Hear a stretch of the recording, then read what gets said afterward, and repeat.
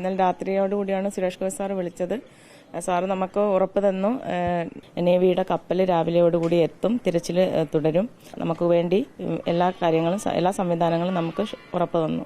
നീണ്ടകരയിൽ മത്സ്യബന്ധനത്തിനിടെ കാണാതായ ഗൗതം കൃഷ്ണയ്ക്കായുള്ള തിരച്ചിലിന് ഏറ്റവും ഒടുവിൽ നേവി എത്തിയിരിക്കുന്നു. വീട്ടുകാരുടെ ഉൾപ്പെടെ വലിയ ആവശ്യമായിരുന്നു നേവി എത്തി ഇത്തരത്തിലൊരു പരിശോധന നടത്തണമെന്ന്. എന്തായാലും അമ്മ രേഷ്മ റിപ്പോർട്ടർ ടിവിയോടൊപ്പം ചേരുകയാണ്.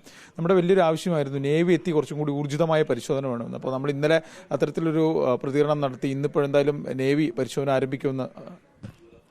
അതെ, രാത്രിയിൽ നമ്മളിത് ആവശ്യങ്ങൾ പറഞ്ഞുകൊണ്ടിരിക്കുന്നെങ്കിലും ഇന്നലെ രാത്രിയോടുകൂടിയാണ് സുരേഷ് ഗോപി സാർ വിളിച്ചത്.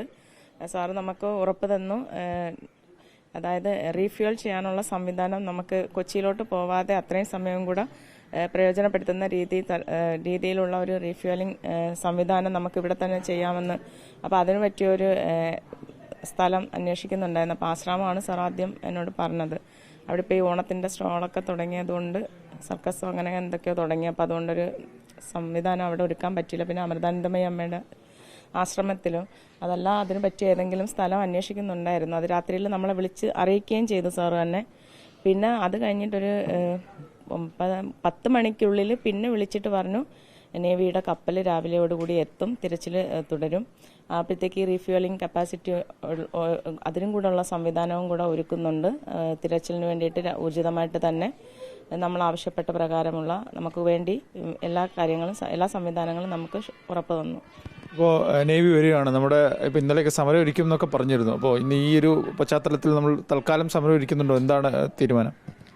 അതെ, എൻ്റെ ആവശ്യം, എനിക്ക് ഏറ്റവും വിശ്വാസം നേവിയായിരുന്നു. അപ്പം ഞാൻ ആ ഒരു ഇതിലാണ് ഇന്ന്. ഓൾറെഡി ഞാൻ ഭക്ഷണം കഴിക്കുന്നില്ല, ഞാൻ ഭക്ഷണം കഴിക്കാതെ തന്നെ ഇരിക്കുകയാണ്. പക്ഷേ വെള്ളം കുടിക്കുന്നുണ്ട്. അപ്പം ഞാൻ ഇന്നത്തെ ദിവസം തൊട്ട് ആ വെള്ളം കുടിയും കൂടെ നിർത്തിയിട്ട് കോസ്റ്റൽ സ്റ്റേഷനാണ് ഞാൻ ഉദ്ദേശിച്ചത്. നിരാഹാരം തന്നെ തുടരാമെന്നുള്ളൊരു ഡിസിഷനായിരുന്നു. അവിടെയാണ് സാറ് ഇന്നലെ വിളിച്ചിട്ട് നമുക്ക് ഈ സംവിധാനങ്ങൾ ഉറപ്പാക്കുക മാത്രമല്ല അത് എത്തിച്ച് തരും, നമുക്കതൊരു ഉറപ്പുണ്ടായിരുന്നു. സാറ് പറഞ്ഞ വാക്കിനെ നമ്മൾ വിശ്വസിച്ചു. അതിൻ്റെ രീതിക്ക് തന്നെ ചെയ്തു തരുമെന്ന് നമുക്ക് ഉറപ്പുണ്ടായിരുന്നു. അപ്പോൾ ആ രീതിയിലുള്ള പ്രവർത്തനം രാവിലെയോടുകൂടി ഷിപ്പ് എത്തിയെന്ന് അറിഞ്ഞു. ഈ നേവി പരിശോധന നടത്തുന്നതിൽ തൃപ്തിയുണ്ടല്ലേ? കണ്ടെത്താനാകുന്നൊരു പ്രതീക്ഷ നമുക്ക് ഉണ്ടല്ലോ അല്ലേ?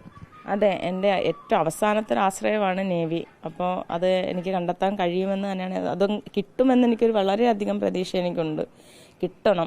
കിട്ടും എന്ന് ഉറപ്പോടുകൂടി ഞാൻ ഇരിക്കുന്നു. എൻ്റെ നല്ല നഷ്ടപ്പെട്ടു പോയി എല്ലാവരെയും. ഇന്നു മുതലെങ്കിലും കുറച്ചുകൂടി ഈ പറഞ്ഞ പോലുള്ള ഊർജിതമായ ഒരു പ്രവർത്തനം ഉണ്ടാവുമെന്ന് നമ്മൾ വിശ്വസിക്കുകയും ചെയ്യുന്നു. അതെ, വളരെ ഊർജിതമായൊരു അന്വേഷണം ഉണ്ടാവുന്നതെന്ന് വെച്ചാൽ നമ്മൾ ആഗ്രഹിച്ചൊരു തലത്തിൽ എത്തിച്ചേർന്നു. അപ്പോൾ ഇനി കാര്യങ്ങൾ സ്പീഡായിട്ട് ചെയ്യാൻ കഴിയുമെന്ന് നമ്മൾ ആഗ്രഹിക്കുന്നു.